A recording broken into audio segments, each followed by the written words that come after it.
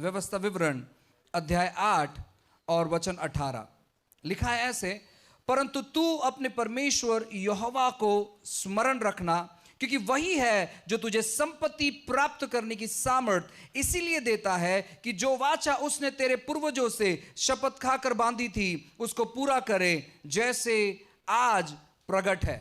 Hallelujah. Bible कहता है कि परमेश्वर हमसे वाचा बांधता है समृद्धित करने का। आइए कहे समृद्धि की वाचा। आइए कहे समृद्धि की वाचा। समृद्धि की वाचा। काफी बार हम कुछ बातों को समझ नहीं पाते हैं, काफी बार हम कुछ चीजों को जान नहीं पाते हैं, काफी बार हम अपने सेवकाई में या अपने परिवार में या अपने दर्शन में इतना खो जाते हैं कि परमेश्वर ने जिस प्रकार हमारा चुनाव किया है, परमेश्वर ने जिस प्रकार हमें चुना है, जिस बातों के लिए हमें चुना है, हम उन चीजों को देख नहीं पाते हैं, हम उन बातों को अनुभव नहीं कर पाते हैं। लेकिन आज मैं आपका ध्यान लेकर जाना चाहता हूं, परमेश्वर ने जो वाचा अपनी कलीसिया के साथ बांधा है, उस वाचा को स्मरण करने के लिए परमेश्वर अपनी वाचाओं को स्मरण रखते हैं। लेकिन काफी बार हम परमेश्वर की वाचा को स्मरण नहीं रखने की वजह से हम परमेश्वर के कार्यों को अपने जीवन में अनुभव नहीं कर पाते हैं। खास करके हम जितने भी लोग सेवकाई में इन्वॉल्व है, जितने भी लोग सेवकाई करने पर है, या परमेश्वर ने अगर आपके हृदय में कभी बातें की है सेवकाई को लेकर, तो मैं चाहूंगा कि आज जो भी हम यहां से आप तक जो संदेश लेकर आएंगे, उस संदेश को आप याद रखें।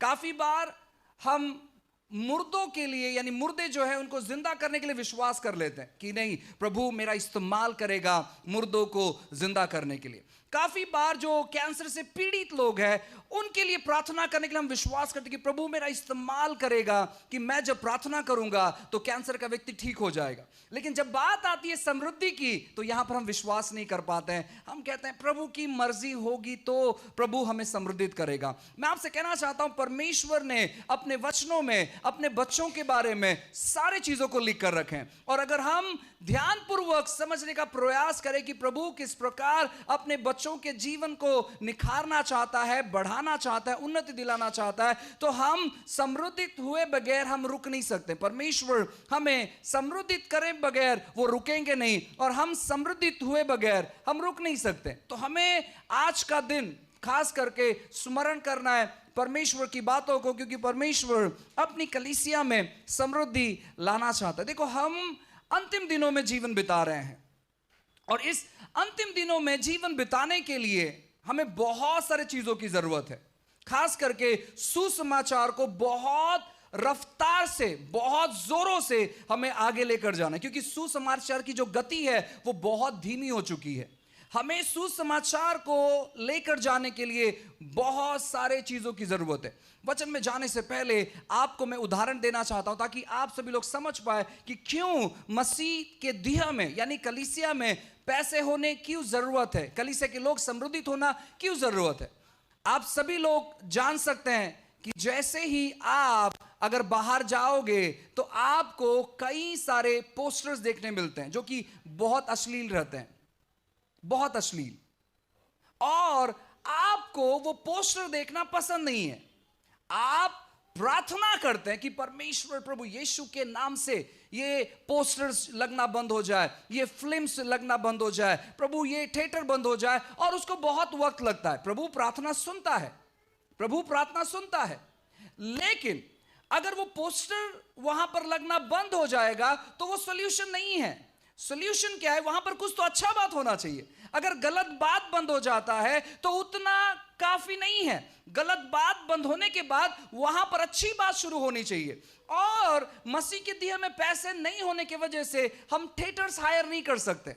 लेकिन अगर हमारे पास पैसे आए तो जहां पर वो लोग गलत चीजें दिखा रहे हैं, हम उसे अपने कब्जे में ले सकते हैं, उसे खरीद सकते हैं, और बहुत सारी अच्छी बातें वहां पर कर सकते हैं, बहुत सारी सुंदर चीजें वहां पर कर सकते हैं, और उस चीज के द्वारा लोगों के जीवन में परिवर्तन और बदलाव आएगा। और उसी के वजह से परमेश्वर अपने लोगों को समृद्धित करना चाहता है।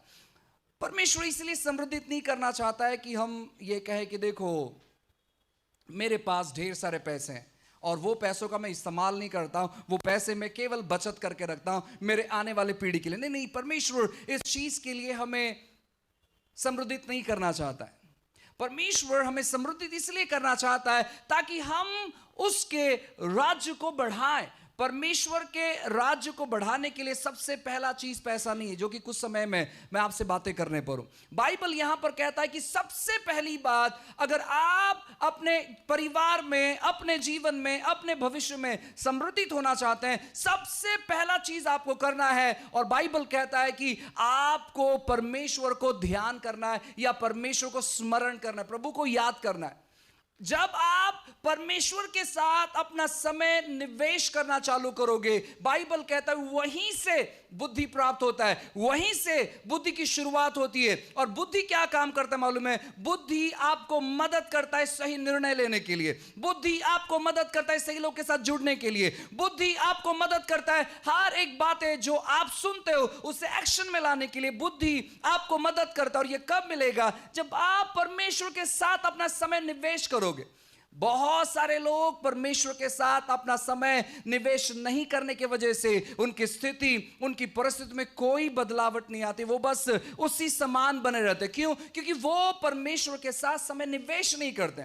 आपको परमेश्वर के साथ समय निवेश करना है। अगर आपने अपने भूतकाल में बहुत सारे गलत निर्णय लिए तो भी आपको क्या करना है? अपने वर्तमान में परमेश्वर के साथ समय निवेश करना है, क्योंकि परमेश्वर गलत चीजों को सही कर सकता है, उसके पास वो क्षमता है। बाइबल में से बहुत सारे लोग हैं जो बहुत गलत है, और उसमें से एक व्यक्ति है जिसका नाम पौलुस है।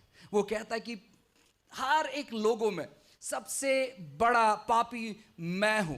लेकिन जब उसने अपना जीवन परमेश्वर के हाथों में समर्पण किया, जब उस व्यक्ति ने अपना समय परमेश्वर के हाथों में बिताना चालू किया, परमेश्वर उस व्यक्ति को धीरे धीरे कर कर बदलना चालू किया। हो सकता है कि आपने बहुत सारे गलत निर्णय लिए होंगे, लेकिन जब आप अपना समय परमेश्वर के हाथों में निवेश करना चालू करते हो, जब आप परमेश्वर के वचनों को पढ़ना चालू करते हो, परमेश्वर के वचन के साथ अपना समय बिताना चालू करते हो, तो परमेश्वर क्या करता है मालूम है क्या? परमेश्वर आपके जीवन में ऐसे कुछ चीजों को लेकर आता है जहां पर आपके जीवन में बदलाव आता है।